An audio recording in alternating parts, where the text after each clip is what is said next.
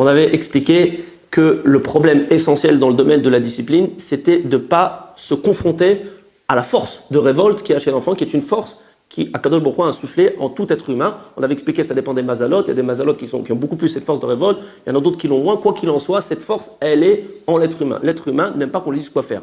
L'être humain n'aime pas qu'on lui donne des ordres. L'être humain n'aime pas qu'on lui dise « tu vas maintenant appliquer mes règles à moi ». Si lui-même, il a fixé ses règles, ça ne le dérange pas. Mais si maintenant c'est une règle qui vient de l'extérieur, et nous, en tant que parents, forcément, ça vient de l'extérieur, c'est quelque chose qui va réveiller la révolte. Donc, il faudra tout faire pour éviter le conflit avec l'enfant. Et comme on l'a expliqué la dernière fois, ce sera très important de montrer à l'enfant qu'on est sûr de nous.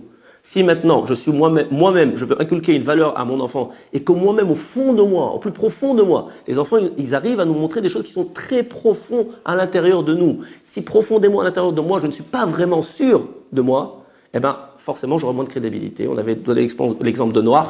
On avait expliqué que Noach, l'une des explications pour laquelle il n'a pas pu convaincre les gens de sa génération, c'est que Noach lui-même, il y croyait pas. Alors pas qu'il y croyait pas, parce qu'il ne croyait pas en Dieu, parce qu'il parlait avec Dieu, mais il y croyait pas. Il se disait, mais Dieu, il est trop miséricordieux pour amener un déluge dans le monde. Et c'est pour ça qu'il n'a pas pu convaincre les gens de sa génération.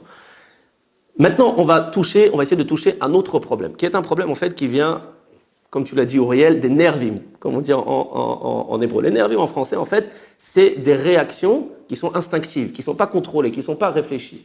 Et la réaction, si vous voulez, naturelle, à partir du moment où quelqu'un ne réfléchit pas, il réagit mi-abeten, comme on dit en hébreu, du ventre, avec ses instincts. Oui.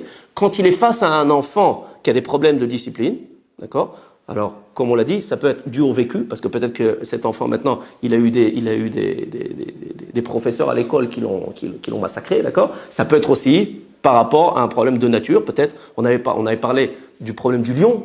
Le mazal du lion, c'est un mazal qui est feu, 2 fois feu. Donc, c'est un mazal qui a tendance à avoir des problèmes avec la discipline. Quoi qu'il en soit, quand on réagit de façon instinctive, en tant que parent ou en tant qu'éducateur, quand on voit un enfant qui a des problèmes de discipline, on se dit « Oh là là, celui-là, il faut surtout pas... » Le plus de discipline possible, parce que je le vois, il a un problème celui-là. Il va mal tourner. Vous prenez le problème ? D'après ce qu'on a expliqué, c'est exactement le contraire qu'il faut faire. Tu vois un gosse qui a un problème de discipline, tu dis, celui-là, il faut surtout de la discipline. Mais bien au contraire. Alors, on ne dit pas qu'il ne faut pas de discipline avec les enfants qui ont un problème de discipline, mais on dit qu'il va falloir faire de la discipline intelligemment, en contournant le problème. Jamais prendre l'enfant de front. Vous voyez, j'ai un exemple qui est tout frais. Mon fils se trouve dans une école X. Très très bien. C'est un lion. Eh oui, un lion, d'accord ? Donc, bon, évidemment, il y a des problèmes, il y a des confrontations, il y a des problèmes de discipline, etc., etc. Ce même fils, il a comme ça décidé, parce que les lions, ils aiment bien décider tout pour eux-mêmes, d'accord ? Faut pas oublier que le lion, c'est le roi des animaux, d'accord ? Donc, aller dire au roi quoi faire, c'est pas évident.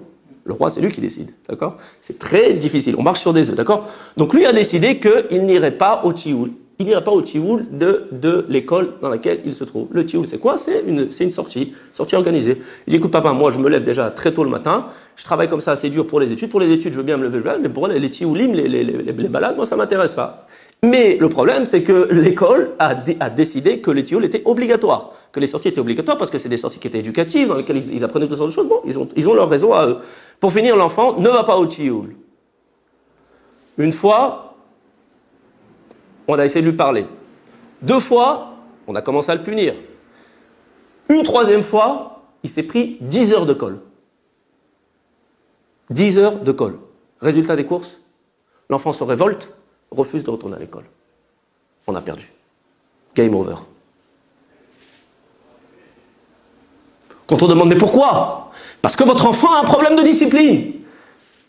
Vous avez envie de leur dire, mais cher éducateur, cher professeur, c'est justement parce que mon enfant a un problème de discipline qu'il faut savoir fermer les yeux sur certaines choses qui ne sont pas essentielles. Parce que maintenant, comment on va faire ? On est bien embêté. Ça, c'est une histoire qui est vécue.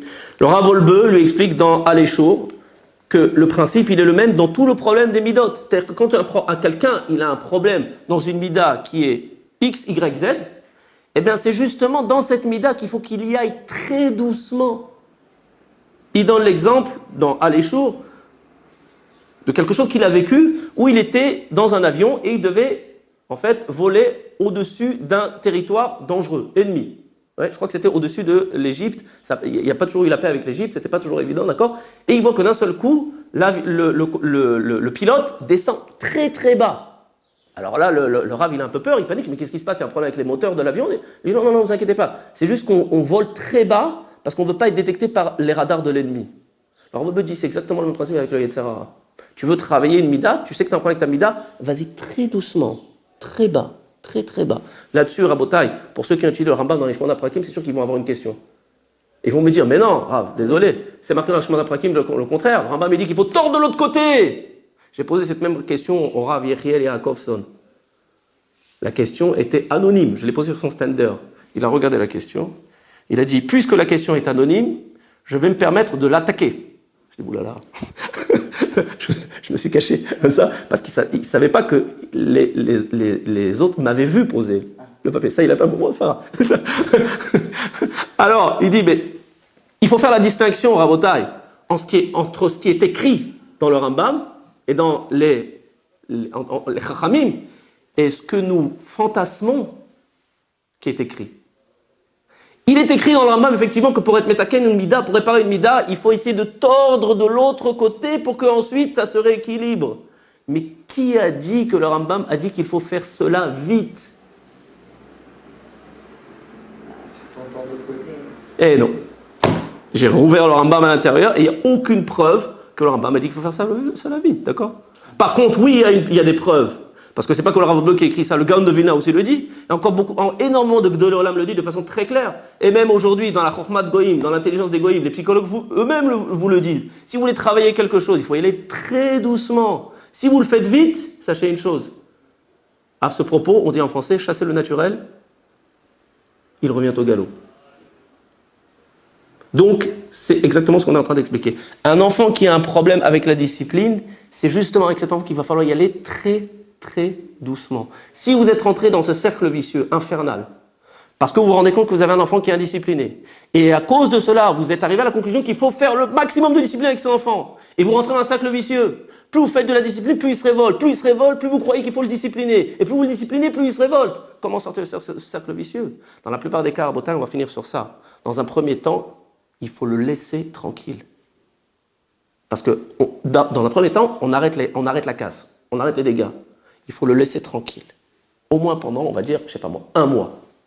Une fois qu'on a commencé à le laisser tranquille, on va reprendre tout doucement, comme si on marchait sur des œufs, des points qu'on va sélectionner, qu'on va trier sur le volet, pas sélectionner, trier sur le volet, sur lesquels on va essayer de rétablir une discipline minimale de base. Et ces points, ils devront être triés sur le volet. Pourquoi ?